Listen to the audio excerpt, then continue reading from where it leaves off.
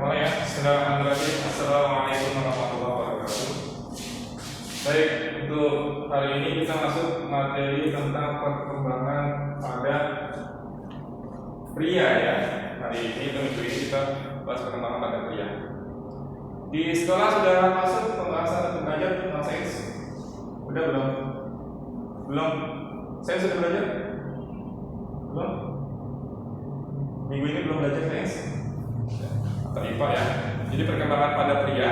Jadi nanti perkembangan pada pria ini kita akan bahas bagaimana seorang laki-laki atau pria itu mengalami fase perkembangan. Tapi sebelumnya kalian harus tahu dulu apa itu pengertian perkembangan dan pertumbuhan. Ini ya. Jadi pertumbuhan itu proses bertambahnya ukuran seperti tinggi dan berat ya. Kayak kalian dulu waktu pas masih bayi, pasti tingginya kan gak seperti sekarang kayaknya. Biasanya itu bayi itu tingginya antara 50-an lah ya, 50 cm ya. Kalau ubin ini kurang lebih 40, lebih 10 lagi gitu ya. Itu normal gitu ya. Ada juga bayi yang dia lagi kecil. Kemudian sampai akhirnya beranjak menjadi bertambah tingginya. Begitu juga beratnya. Beratnya ada yang beratnya 2,7, ada yang 3, bahkan ada yang 4 kilo ya.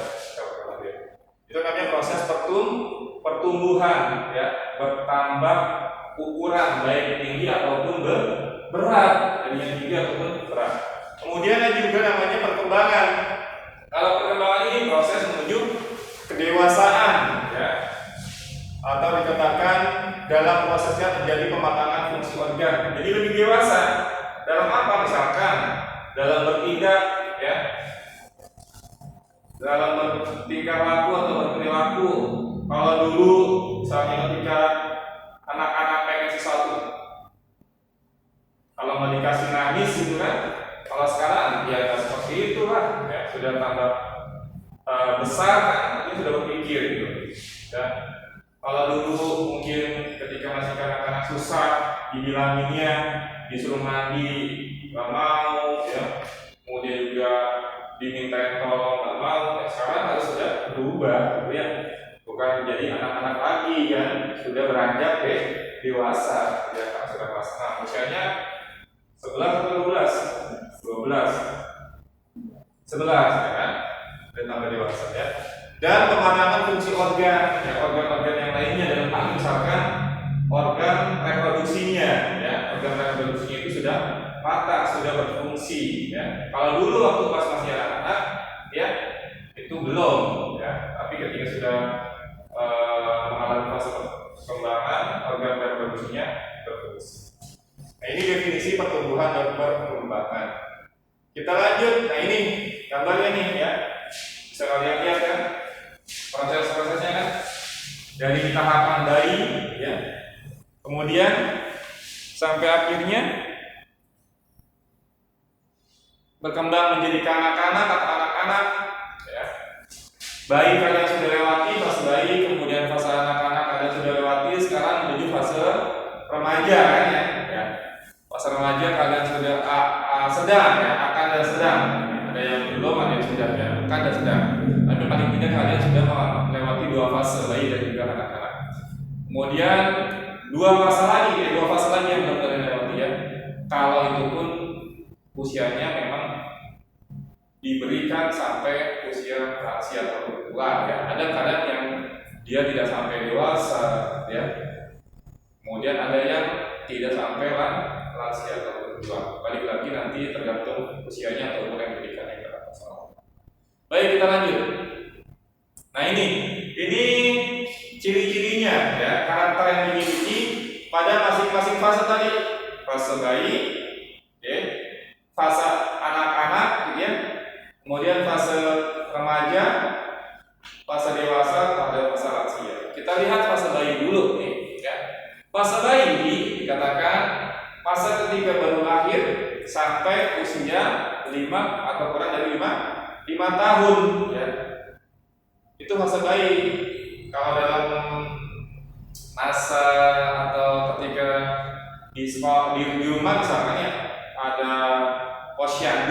juga sama, posyandu itu maksimal usianya 5 tahun, 5 tahun ya.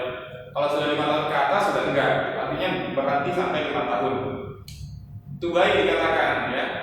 Apa yang dilakukan atau apa yang bisa mereka alami pada saat itu, yaitu masa ketika belum bisa apa-apa hingga mulai bisa mendengar. Ya, tadinya nggak bisa apa-apa dia ketika baru lahir, bisanya nangis doang.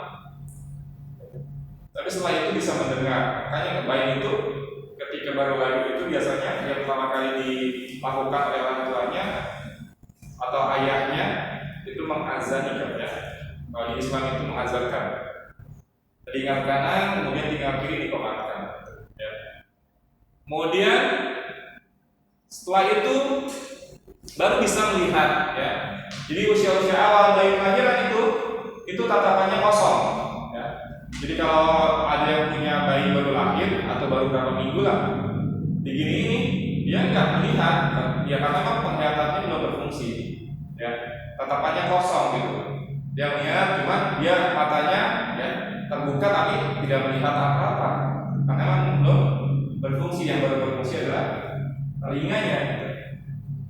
Kemudian setelah itu bisa melihat, kemudian bisa merangkak atau berbicara. Nah, bisa merangkak atau berbicara ini kadang bergantian ya fasenya ataupun yang dialaminya. Ada anak-anak yang memang dia itu duluan berjalannya ya, tapi berbicaranya belum. Ada juga yang duluan bicaranya gitu, ketimbang berjalannya ya.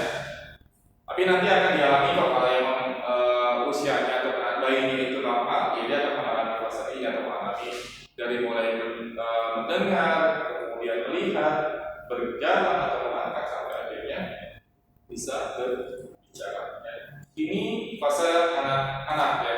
Dan pada usia ini pun ya biasanya kalau seorang anak itu fase dimana apa istilahnya itu penyerapannya ya, apa yang dia lihat itu dia biasanya akan apa namanya mengikutinya ya. Kalau dia melihat sebuah benda inginnya dimakan saja gitu ya, pokoknya ada benda apa inginnya dimasukin ke dalam mulutnya. Makanya butuh pengawasan yang lebih dalam usia bayi. Itu usia bayi ya. Kalian sudah alami itu. Kemudian usia kanak-kanak ya. Usia anak-anak ini rentang antara usia 5 tahun ya sampai 10 tahun ya. Itu dikatakan usia anak-kanak. Terjadi perkembangan belajar interaksi dengan orang lain. Nah, ini biasanya sudah mulai senang bermain dia ya. Bermainnya dengan temannya, entah main lari-larian, entah main sepeda mungkin ya, atau main olahraga yang lainnya. Tapi yang jelas biasanya senang main bersama dengan teman-temannya ya. Kalau usia anak-anak nih yang belajar dan berinteraksi dengan orang lain, bersosialisasi sebenarnya gitu ya. Gak tahu kalau sekarang ini mungkin anak-anak itu karena zaman gadget gitu ya, senangnya main handphone gitu ketimbang main bersama dengan temannya ya. Ada sih yang main sama temannya itu pun ngumpul, cuman main handphone juga kan ya. Ngumpul bareng-bareng tapi masing-masing sendiri-sendiri main handphone sendiri-sendiri gitu ya. Beda dengan ketika zaman kakak dulu. Kalau zaman kakak dulu ya benar gitu. Main dengan teman ya udah main aja gitu, apapun itu gitu ya. Main bola segala macam, main petak umpet, petak jongkok dan sebagainya gitu ya. Ini usia anak-anak, si anak-anak, dan kalian juga sudah melewati masa usia anak-anak ya. Kemudian lanjut ke remaja ya. Usia remaja ya, usia peralihan dari anak-anak dewasa. Ini kalian sedang berproses nih ya. Dari usia 10 tahun sampai 20 tahun ya. 10 tahun sampai 20 tahun terjadi peristiwa pubertas pada usia 10 sampai 14 tahun ya. Terjadi pematangan fungsi alat reproduksi. Jadi nanti di masa ini kalian akan mengalami pubertas. Kalau sudah pubertas belum? Sudah mens belum? Sudah mens? Sudah, ya, berarti sudah ya. Ada yang sudah, ada yang belum. Ya memang itu terjadi pada fase ini, ya, pada fase remaja. Kenapa terjadi pubertas? Atau kenapa kok bisa mengalami menstruasi ya masa pubertas itu sebenarnya berkaitan dengan alat reproduksinya, ya. Nah, pertemuan yang akan datang itu akan kita bahas tentang pada wanita, sekarang pada pria. Kalau pada pria itu tandanya dia sudah mulai masuk pubertas adalah mimpi basah, ya. Nanti jelaskan. Apa itu mimpi basah? Mimpi basah adalah di mana alat kelaminnya, testis dalam hal ini itu sudah mampu menghasilkan sel kelamin. Apa itu namanya sel kelamin? Sperma, ya. Jadi testisnya sudah mampu menghasilkan sel kelamin. Ya betul ya. Testis alat kelaminnya. Testis menghasilkan sperma nih. Kalau dia sudah menghasilkan sperma ya seorang laki-laki nanti akan mengalami mimpi basah. Apa sih mimpi basah? Mimpi basah itu mimpi yang seperti orang mengongkol, kayak orang-anak tapi tidak bau pusing, baunya amis, agak lengket dia. Wujudnya itu ya, amis dan lengket. Nah, ketika seorang anak-anak gitu ya, laki-laki dalam hal ini itu sudah mengalami mimpi basah, hal yang pertama dia lakukan, dia harus bilang sama orang tua. Dia harus bilang sama orang tua. Kenapa? Agar nanti dikasih tahu, diberitahu sama orang tuanya, disampaikan bahwa ketika sudah mimpi basah, bagi seorang laki-laki yang beragama Islam itu harus melaksanakan namanya mandi wajib atau mandi junub ya, mandi besar. Kenapa? Agar tubuhnya dia menjadi suci kembali ya. Karena ketika dia mimpi basah itu dia dalam kondisi tidak bersuci ya, berhadas dia. Hadasnya hadas besar, makanya harus mandi. Setelah itu baru dia bisa beraktivitas, melaksanakan kewajiban yang diperintahkan oleh agama. Misalnya apa? Sholat lima waktu, membaca Al-Quran, memegang Al-Quran, dan puasa dan sebagainya. Itu yang dilakukan ya bagi seorang laki-laki yang sudah mengalami masa pubertas ya. Itu harus disampaikan kepada orang tuanya. Nanti orang tua itu pasti akan menyampaikan apa yang harus dilakukan oleh anak laki-laki. Ya, kemudian kita lanjut. Ini masa remaja. Ya. Lanjut. Nah, apa itu pubertas? Nah, kita bahas pubertas. Tadi sudah sebutkan sedikit ya. Apa itu pubertas? Ini pubertas ya. Pubertas itu akan terjadi perubahan ya. Dua ciri. Ya, ciri primer. Ciri primer itu namanya ciri utama ya. Ciri primer sama dengan ciri utama.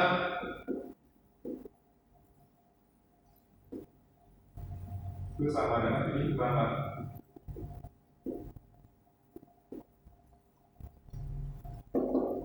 Kalau ciri sekunder sama dengan ciri fisik. Ya. Ciri primer bisa dijelaskan, sampaikan bahwa perubahan yang terjadi pada setiap manusia yang memasuki masa pubertas. Ciri sekunder perubahan yang terjadi yang tidak selalu terjadi pada setiap manusia. Sebagian orang mungkin tidak mengalami perubahan sekunder tertentu ya. Maksudnya apa sih ini maksudnya nih? Ya. Nih ya. Ciri primer pasti nih. Kalau orang laki-laki yang sudah mengalami masa pubertas pasti dia akan menghasilkan sel sperma. Siapa yang menghasilkan sel sperma? Testis ya. Tandanya apa? Ciri-cirinya apa? Ya mengalami mimpi basah. Tadi mimpi basah itu mimpi seperti orang ngomong tapi tidak bau besi, amis ya, lengket ya, tidak cair. Maksudnya tidak lengket tapi dia kental ya. Nah, ciri sekunder, ya ciri fisiknya biasanya kalau anak laki-laki yang sudah hamil balik, ya sudah pubertas, dadanya akan membidang, kemudian suaranya jadi lebih besar yang tadinya kecil, juga ngomongnya, kemudian jadi lebih besar, tumbuh jakun ya, di lehernya ada jakunnya, tumbuh rambut di daerah tertentu, misalnya apa? Kumisnya, jangkanya, ketiaknya dan sebagainya. Ya. Kemudian pori-pori kulit lebih besar disertai pengeluaran keringat yang banyak ya, atau banyak keringat. Nah ini kalau sudah pubertas itu seorang laki-laki dalam hal ini ya, dia akan keringatnya banyak. Nah ini biasanya di bagian ketiak itu akan terasa bau, ya. Sudah bau apa? Bau ibaratnya bau ketek gitu, bau ketek. Karena memang produksi keringatnya semakin banyak, pori-porinya membesar. Pori-pori kulit itu kan tempat keluarnya keringat. Ini ya dua ciri ini akan dialami oleh seorang laki-laki ya. Ciri utama pasti dialami tadi, tapi kalau ciri sekunder atau ciri fisik tidak selalu dialami. Ya. Dalam artian yang nanti ada orang yang suaranya itu masih kecil, gitu ya. Ada kan pakai seperti itu dan sebagainya. Lanjut ya. Oke, lanjut ke pertumbuhan ketika usia dewasa nih ya. Terjadi pada usia 20 tahun ke atas, pertumbuhan fisik mulai berhenti, terjadi perkembangan emosional dan cara berpikir. Nah ini ya, usia 20 tahun ke atas itu sudah masuk dewasa. Kalian belum mengalami fase itu. Nanti setelah kuliah ya, pas kuliah itu ya, kan kalian biasanya kelas 3 itu usia 17 tahun, kemudian yang kuliah lah usia 20 tahun. Nih, pertumbuhan fisik mulai terhenti maksudnya apa? Bagi seorang laki-laki misalnya, ketika usia 19 tahun gitu ya, dia tingginya 189 misalkan, ketika usia 20 tahun ke atas sudah tidak akan nambah lagi, udah segitu mentok gitu. Tidak akan bertambah tinggi karena masa pertumbuhannya sudah lewat maksimal sampai usia 20 tahun ya. Di atas 20 tahun sudah tidak akan mengalami pertumbuhan tambah tinggi lagi. Itu maksudnya pertumbuhan fisiknya sudah mulai berhenti. Kemudian terjadi perkembangan emosional dan cara berpikirnya. Nah ini tadi ya, harus lebih dewasa lagi ketimbang pada masa dewasa ya. Dia sebelum bertindak harus berpikir dulu kira-kira perlakuan ataupun tindakan yang saya ambil ini itu sudah benar atau salah, ya. Dibenarkan atau tidak, ya. Melanggar atau tidak, itu seharusnya ya. Jadi jangan langsung bertindak, gitu ya. Tapi dipikir matang dulu. Oh ini yang harus saya ambil. Oh ini yang tidak boleh saya ambil. Oh ini ada larangan. Oh ini merupakan kewajiban dan sebagainya. Ya. Itu, ya. Jadi ada perkembangan emosional. Kak, saya pernah lihat Kak, orangnya udah dewasa sih Kak, tapi cara berpikirnya masih kayak anak. Berarti ada yang salah dia, ya. Ada yang salah.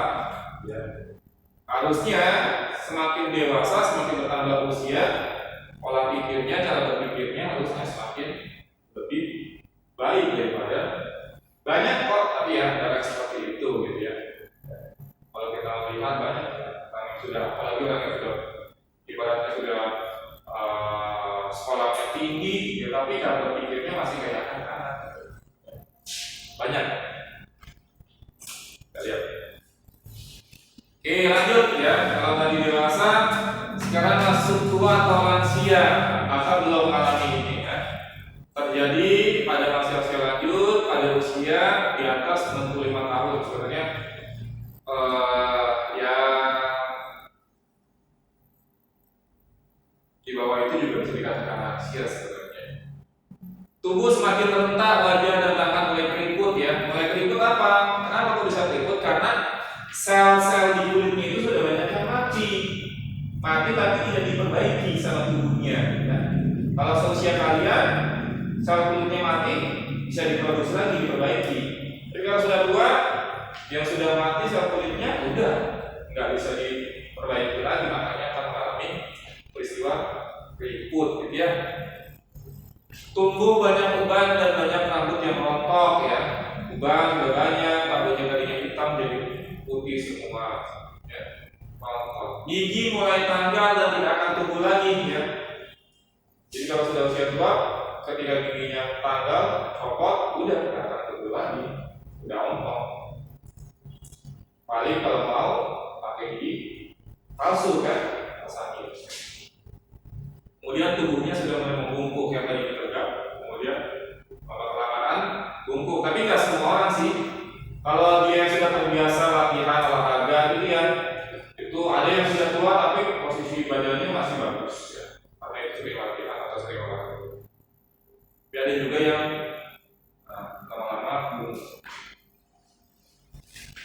Baik, ini ya. Ini usia lansia. Nah, kemudian kita masuk ke apa sih yang dilakukan ya ketika berkaitan dengan menjaga kesehatan alat reproduksi. Ya, ini penting juga ya. Karena ya sehat itu memang harus dijaga oleh setiap manusia.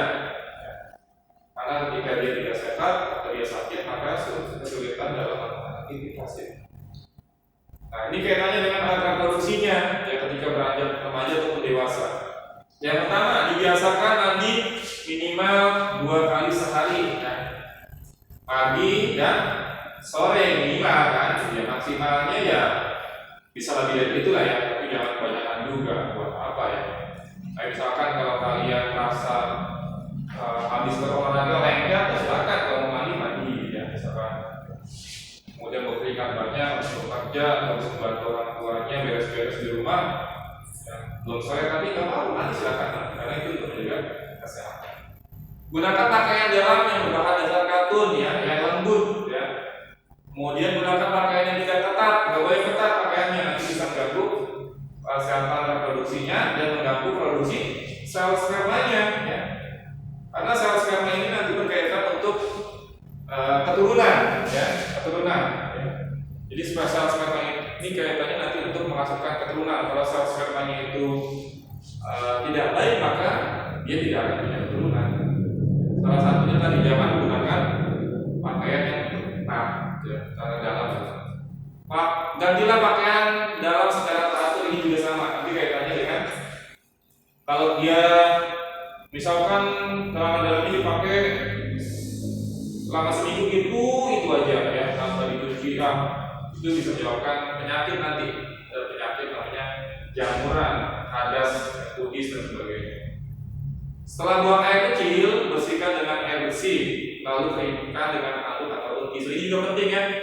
Ini ya, karena kan buang air kecil itu kan air yang kita keluarkan itu kan kotoran najis ya. Makanya harus dibersihkan. Di situ ada kotoran.